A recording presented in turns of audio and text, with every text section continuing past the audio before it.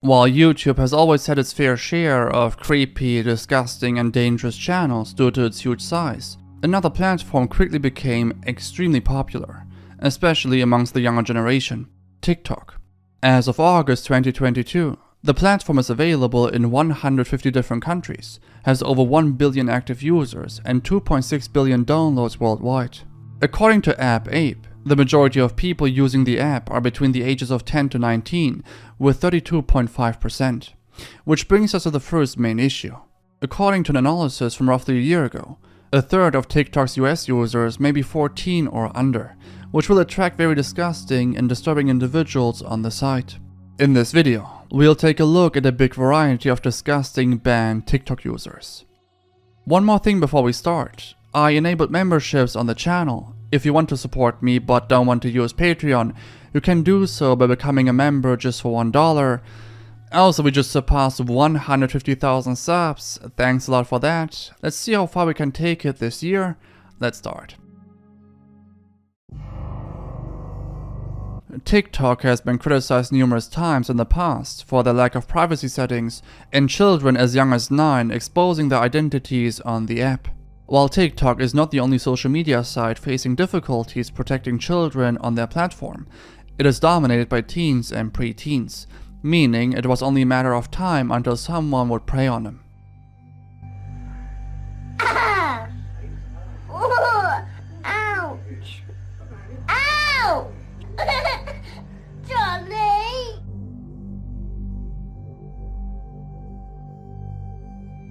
What's up, guys? So just the day coming at you with another public service announcement. To my haters, all you're doing is fueling the fire. When you comment, like my stuff, follow me, and react to my videos trying to down me, you're just making it worse for you. So do yourself a favor, block me. If you don't like my stuff, if you don't like what I do, block me. Because I will continue to do duets with my fans that love me. And I will continue to do videos from my house where I live with my parents who love and support me, and I support them because they need me.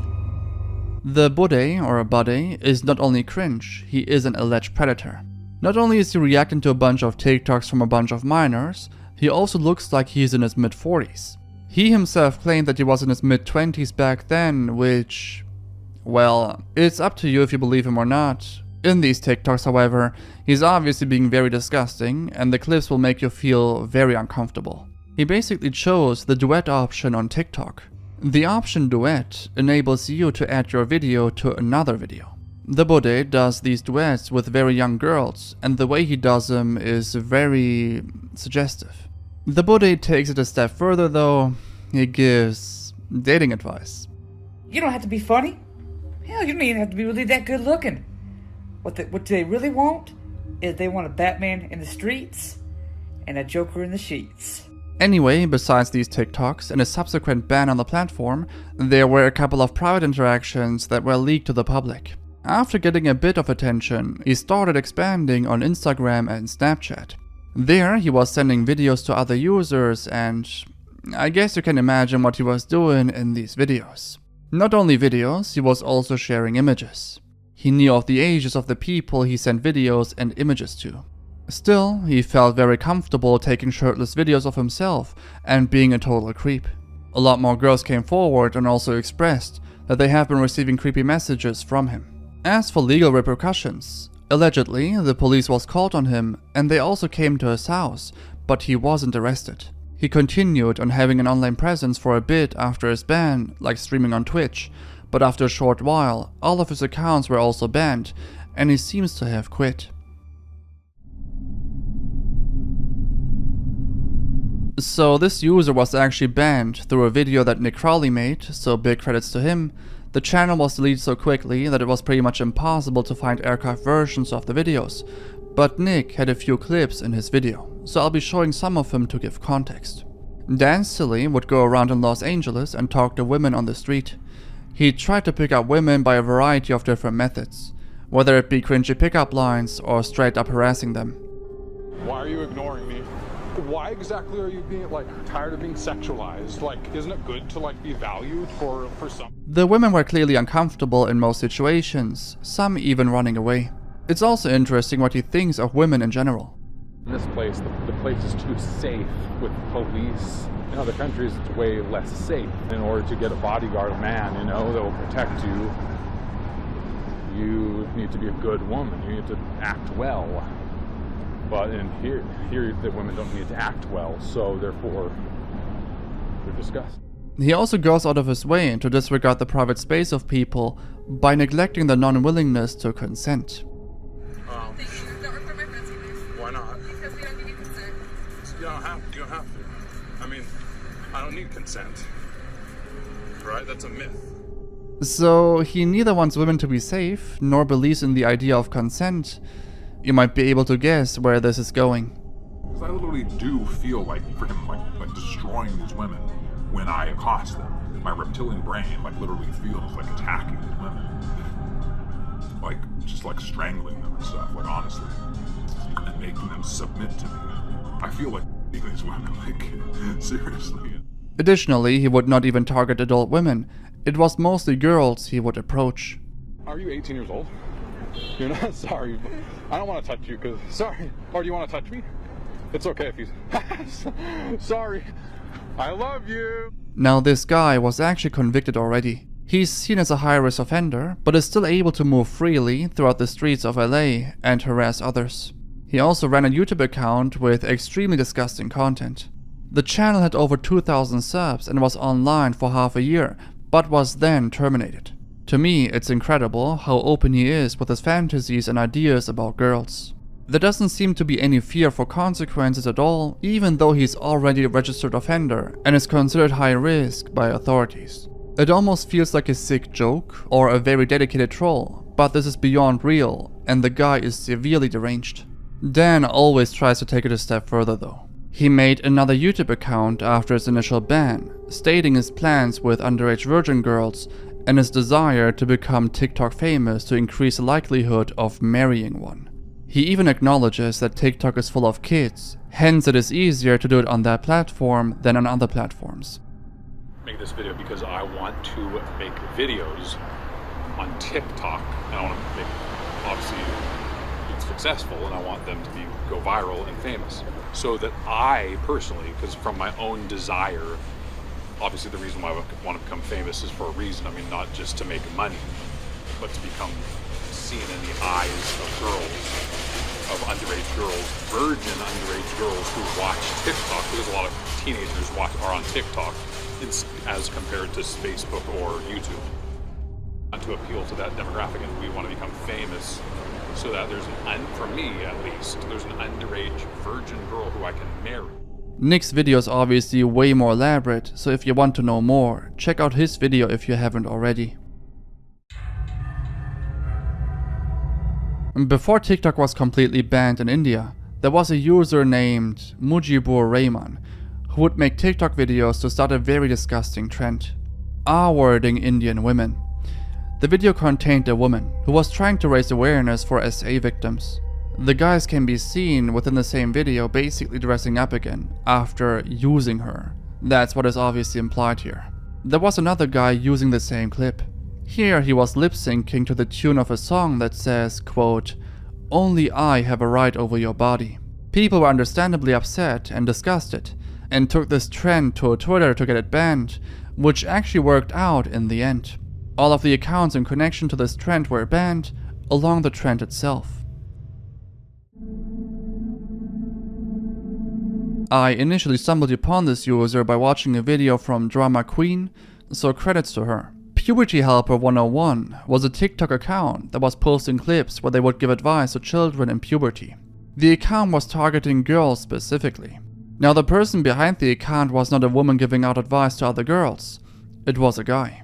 Okay, so someone on my FYP exposed this page. It's not a safe space for young girls who are going through puberty. This is a grooming page. If you just go through the videos, you'll be able to see really quickly that something's off and that this is actually a man giving young girls advice. He's offering to meet up with them, exchange phone numbers, and text them about it. It's completely wrong.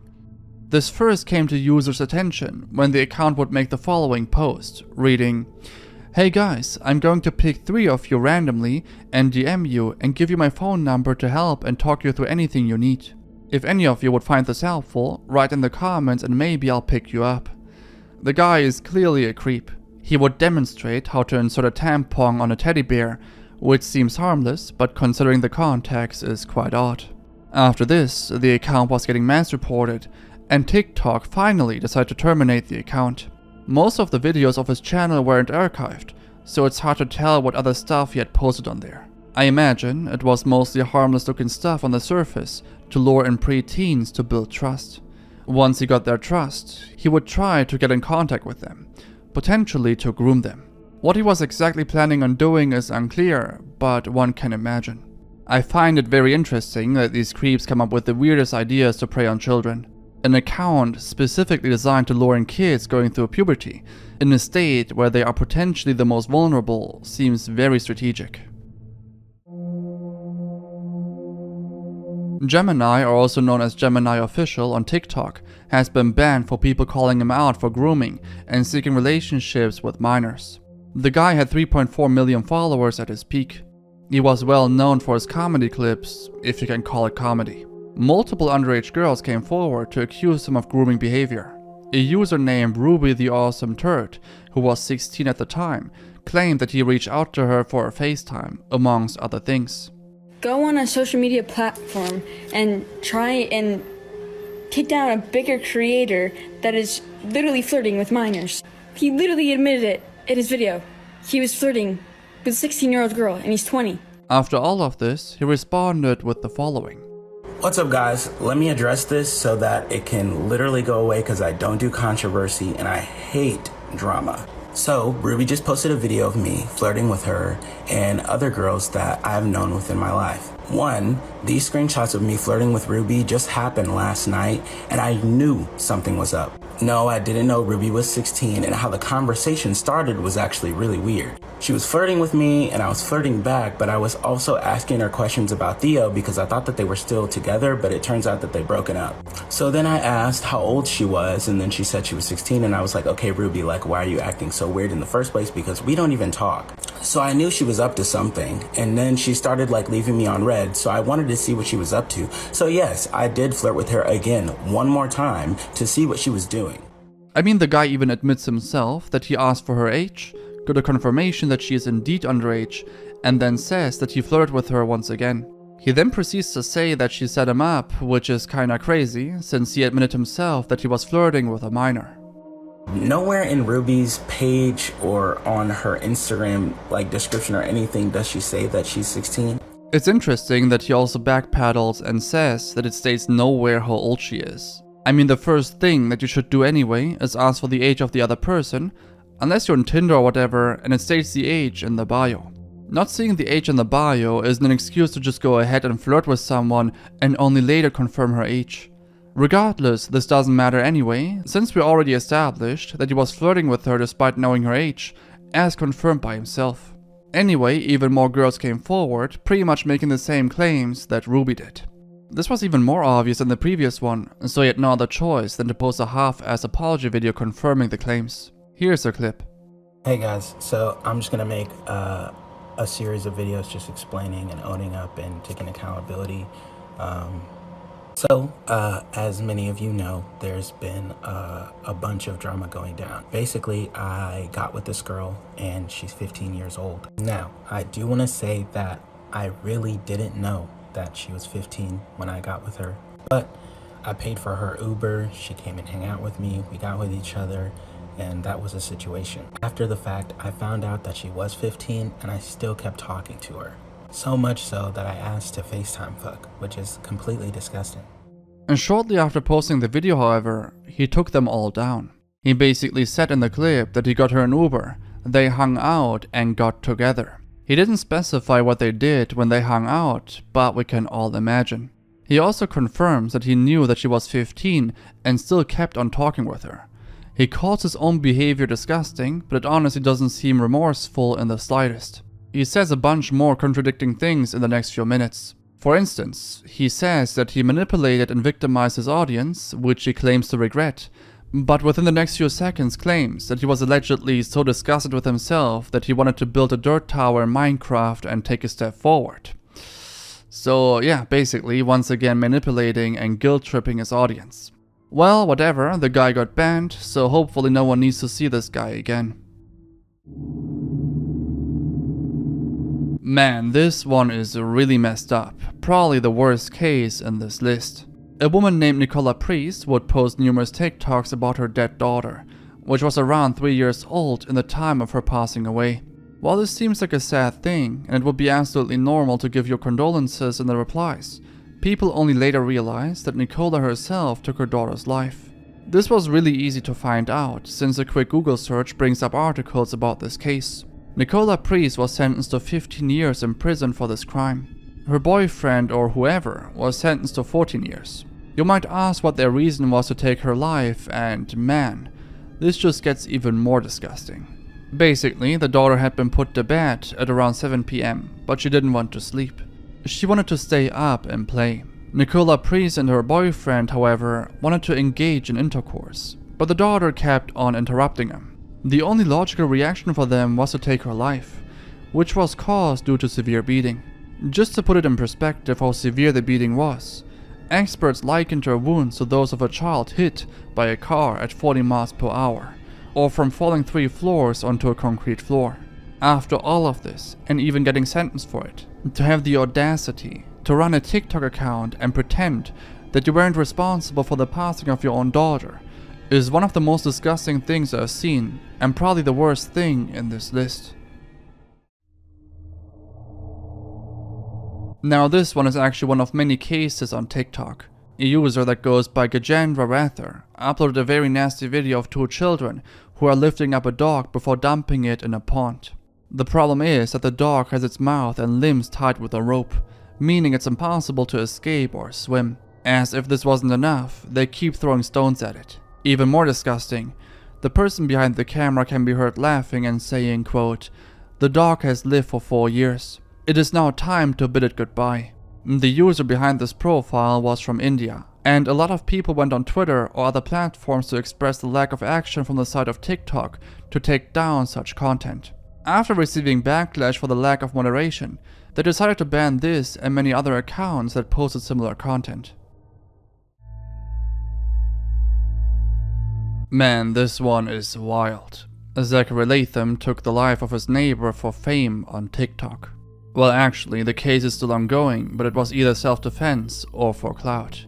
I somewhat feel odd for saying this, but I really wouldn't be surprised if it was for attention. TikTok is such a cancerous platform, it was only a matter of time until someone came up with such a ridiculous idea for clout. This is an ongoing case, and both parties here are giving statements which contradict each other. They clearly tell different versions of the events that took place, so it's difficult to fully picture what happened. This case took place in Vineland, New Jersey. Zachary Latham was 18 years old at the time. He and his neighbors had conflicts here and there due to him driving recklessly in the area. Apparently, he even went out of his way to apologize for his behavior, but he seems to not have changed his ways. There was one main event, which is definitely of interest here. Zachary was in his car filming William's wife Enda calling her Karen, obviously mocking her.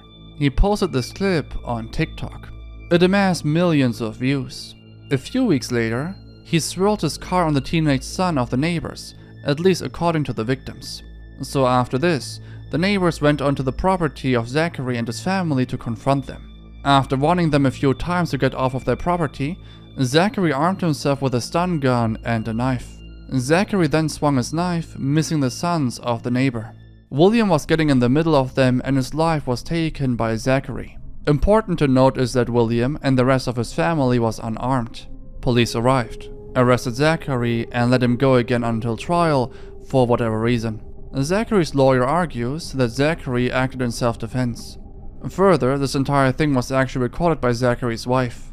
Yes, Zachary had a wife at 18 years old. His wife then posted the video of this encounter to TikTok.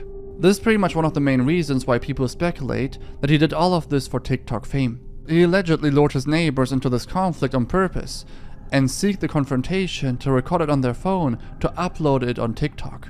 To further support this claim, Zachary would even respond to people commenting under that TikTok video. He seemed to enjoy the attention. It gets even more bizarre. During the investigation, Zachary was arrested in Florida. He was driving his car and threatened another person by ramming his vehicle and pulling out a firearm. Police found an airsoft BB gun in his car and Zachary was arrested. Still, he was again let go in May this year and is asked to appear to court later this year. This guy continuously breaks the law, even took a life, and is threatening others, but he still isn't in jail. So this is a very disgusting person that was initially uploading to Omegle and later also created a TikTok account. On her account, she would show skinned and burned animals, their skeleton, and so on. Now, this might have been a copycat, since there's no way to confirm for sure if this was the original account, but the account was getting quite a lot of traction. It was obviously getting mass reports, leading to the ban of the account, but there's one more interesting thing. According to a few users, the person behind these accounts was charged and is in jail now, but this seemed to be a rumor at first since there was no way of confirming it. Her activities seemed to have stopped, and law enforcement was indeed involved, which revealed her identity. Crystal Cherika Scott, a 19-year-old woman from Indiana, was selling Animal Crush videos on the internet.